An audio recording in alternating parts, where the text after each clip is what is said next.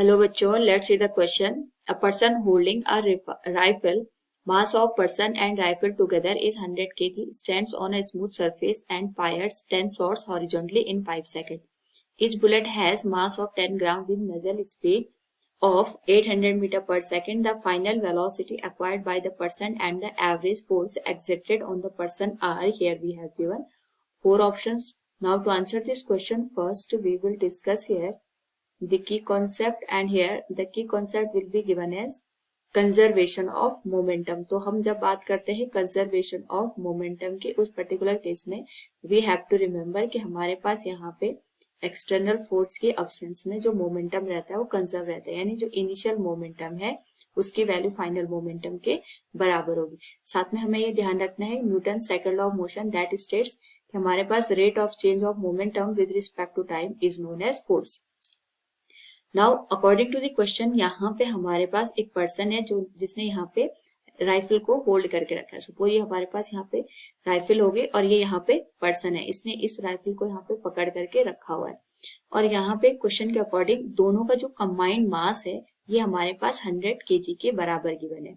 Question में हमसे आगे पूछा गया है it stands on a smooth surface and fires 10 shots horizontally in 5 second. ये 5 सेकंड में यहाँ से 10 शॉट फायर करता है. Each bullet has mass of 10 gram with muzzle speed of 800 metre per second. यहाँ पे जो बुलेट की वेलोसिटी गिवन है वो 800 मीटर पर सेकेंड गिवन है. तो सबसे पहले क्वेश्चन में हमसे पूछा गया final velocity acquired by the person, क्योंकि जब यहाँ पे फायरिंग हुई, फायरिंग से पहले और बाद में जो मोमेंटम होगा वो हमारे पास सेम रहेगा.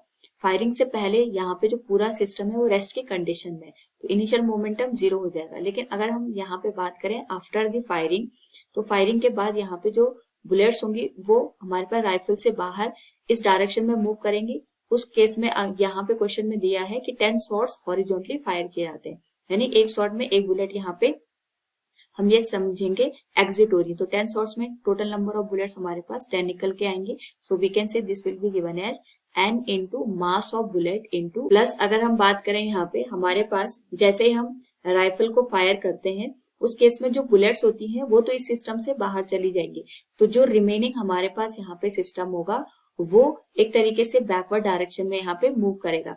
तो यहाँ पे अगर हम ऑब्जर्व करें तो जो बुलेट्स यहाँ पे इस सिस्टम से बाहर निकल गई उनका हम मास इसके साथ कंसिडर नहीं करेंगे. यानी अगर हम बात करें यहाँ पे आफ्टर फायरिंग जो हमारे पास पूरा सिस्टम बच गया वो होगा टोटल मास जो हमारे पास सिस्टम का दे रखा है दैट इज 100 kg. इसमें से जो बुलेट का मास है हमने यहाँ पे 10 शॉट फायर किए हैं तो उसके जो पूरा मास है इसको हम माइनस कर देंगे, तो ये आ जाएगा n into mass of bullet. और क्योंकि ये पूरा जो सिस्टम है सेम वेलोसिटी के साथ बैकवर्ड डायरेक्शन में यहाँ पे रिक्वायर्ड वेलोसिटी हमें देखने को मिलेगी, इसको हम v से मल्टीप्लाई कर देंगे.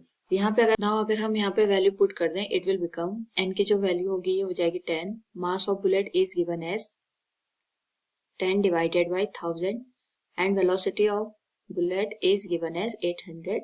नाउ यहाँ पे अगर हम देखें पूरी सिस्टम का जो मास था ये 100 था, इसमें से जो बुलेट है ये तो हमारे पास एग्जिट कर जाएंगे जिस वजह से यहाँ पे इसको हमने सब्ट्रैक्ट किया, तो ये आ जाएगा 10 into mass of bullet will be 10 divided by 1000 into v.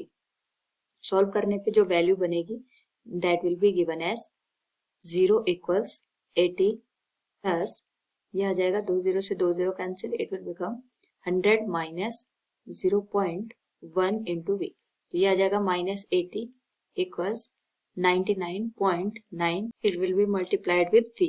Now अगर हम यहाँ से v की वैल्यू कैलकुलेट करें then it will be given as minus 80 divided by 99.9. This will become minus 0.8 metre per second. This will be the velocity of the given person. Now अगर हम बात करें यहाँ पे average force on a person की, तो we can से जितना फोर्स यहाँ पे बुलेट पे लगेगा उतना ही फोर्स हमारे पास यहाँ पे पर्सन पे लगेगा इन दी अपोजिट डायरेक्शन. तो यहाँ पे अगर हमें पर्सन पे फोर्स निकालना है तो हम ये निकाल सकते हैं कि जो हमारे पास बुलेट है इसके मोमेंटम में कितना हमें यहाँ पे चेंज देखने को मिल रहा है, क्योंकि हमें पता है कि जो इनिशियली हमारे पास पूरा सिस्टम था वो रेस्ट के कंडीशन में था. तो यहाँ से हम एक चीज ऑब्जर्व कर सकते हैं कि हमारे पास जो इनिशियल मोमेंटम होगा बुलेट का वो 0 के बराबर होगा. तो जो फाइनल मोमेंटम होगा that will be given as number of bullets हमारे पास 10 है, मास ऑफ बुलेट हम यहाँ पे 10 ग्राम के बराबर लेंगे that will B divided by 1000. और ये हमारे पास यहाँ पे मल्टीप्लाई हो जाएगा वेलोसिटी ऑफ द बुलेट के साथ, that will B 800 metre per second. Now यहाँ से अगर हम ऑब्जर्व करें, हमारे पास जो टाइम की वैल्यू है अकॉर्डिंग टू द क्वेश्चन वो 5 सेकेंड के बराबर गिवन है। तो सॉल्व करने पे हम इस वैल्यू को अगर देखें तो 2 जीरो से 2 जीरो कैंसिल हो जाएंगे एंड यहाँ से हम एक और जीरो कैंसिल कर सकते हैं। दिस विल बी गिवन है 80/5।